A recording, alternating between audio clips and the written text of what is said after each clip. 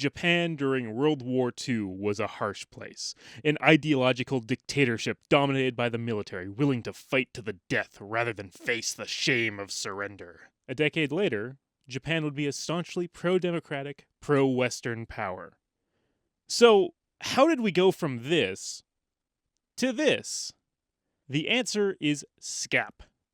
August 1945 wasn't a great time for Japan. The Soviets launched in a massive invasion of Korea and Manchuria, while America dropped 2 atomic bombs on Japan, killing over 100,000 people. And to top it off, both were preparing to assault the home islands.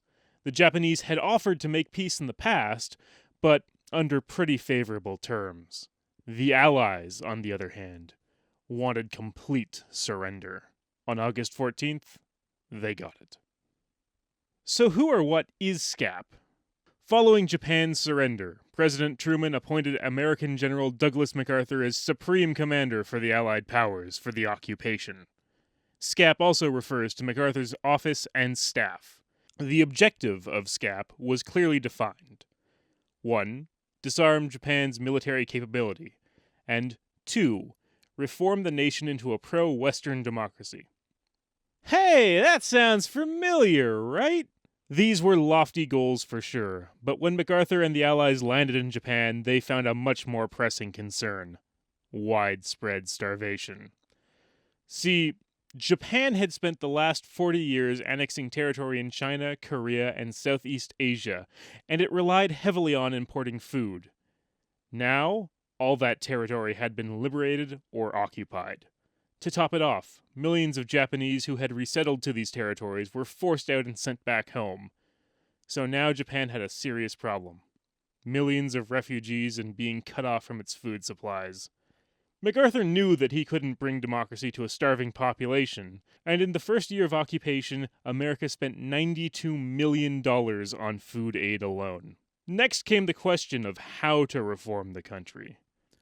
Unlike in Nazi Germany, where almost every branch of government had to be purged or reorganized, in Japan the civil government was left mostly intact. The emperor was still the divine head of state, worshipped by the people, and MacArthur knew that if he had the emperor on his side, his work would be much easier.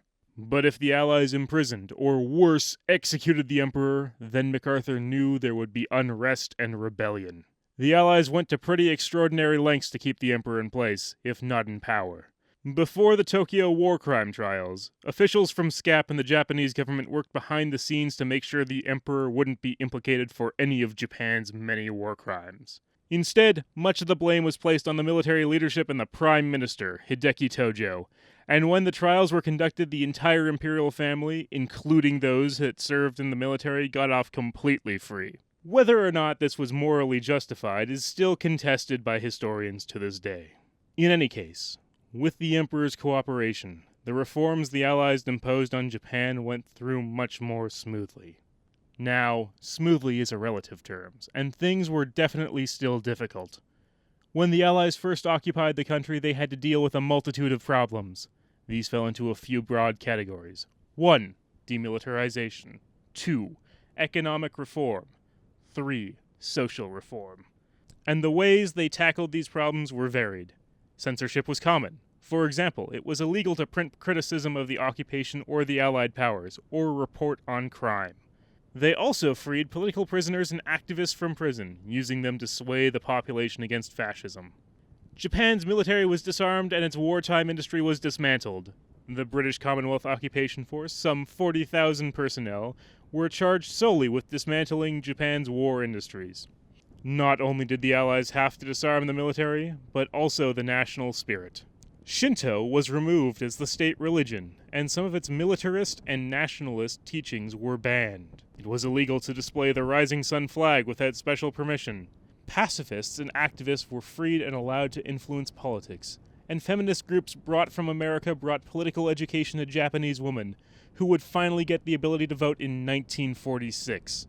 All these changes, over time, led to a reduction in military zeal in the population. SCAP also made 2 sweeping changes to Japan's economy. Since the Meiji period and Japan's Industrial Revolution, most businesses in the country were controlled by a few powerful monopolies called zaibatsu. These Zaibatsu owned businesses, banks, influenced politics, and destroyed competitive businesses. SCAP dissolved 16 Zaibatsu and reorganized many more into smaller business interests. They would have dismantled them all, except as the threat from the Soviets in Asia increased, America repurposed them to rapidly industrialize Japan as an ally against the communists. Most of Japan's farmland was controlled by powerful landlords and corporate entities, effectively turning the farmers into peasants. SCAP purchased nearly 6 million acres, over a third of Japan's farmland, and resold it to the tenant farmers at extremely low prices. Millions of farmers became landowners, and the semi-feudal system was abolished. SCAP also pressured the government into adopting a new constitution.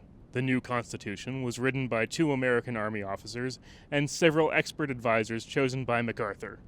Japanese politicians, activists, and lawyers were also consulted to make approved changes.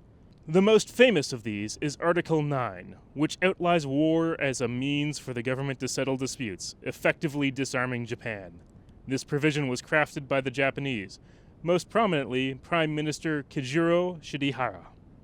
Other clauses included general elections, free speech, equal rights, freedom of religion, right to fair trial, and the vote for women. The new constitution was voted on and accepted by the Japanese government, and the first free elections were held on April 10, 1946, with Shigeru Yoshida becoming the first democratically elected Prime Minister of Japan. Shigeru Yoshida's policies focused on unrestrained economic growth and rebuilding Japan's lost industry and infrastructure. Japan's foreign policy placed complete reliance on the U.S. for military protection, and the money saved on not having to build up a military was put towards industrial expansion. This, along with American support, helped Japan's industry to grow. With the need for material during the Korean War, Japan experienced economic recovery and grew to become a world industrial leader, and the 3rd largest economy in the world today. The occupation of Japan continued until 1949, when MacArthur restructured SCAP to return most of the power back to the new democratic Japanese government. On April 28, 1952, the Allied powers left and full sovereignty was restored to Japan. American military personnel remained, but this time with the permission of the Japanese government, not as occupying forces. Hey everyone, hope you liked the first episode of How'd It Happen? This show was written by the great Paul Benoit, a good friend of mine and an amazing movie maker and writer. My name's Sedgewick-Williams. I'm a guy that does voice stuff occasionally and also has been told to make this up as he went, so yeah. If you have any suggestions for the next video, feel free to leave a comment below, and I hope you all have a great one. Take care, everyone.